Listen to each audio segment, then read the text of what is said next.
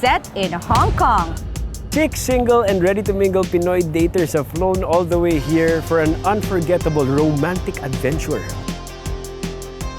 Gustong-gusto ko ng kulungan, di responsible. When I am faced with someone very pogi, parang nanghihina po yung aking duhot. Welcome to a vibrant cosmopolitan. Puno ng kulay at puno ng posibilidad. Ito na yun, game mode. This is it. Game na. Kaya ang tagal mo na rin single, di ba? Dito sa pinakabagong Pinoy reality dating shows, every second counts and every choice matters. Sabi ko, dapat I need to win a game and I need to go out on a date.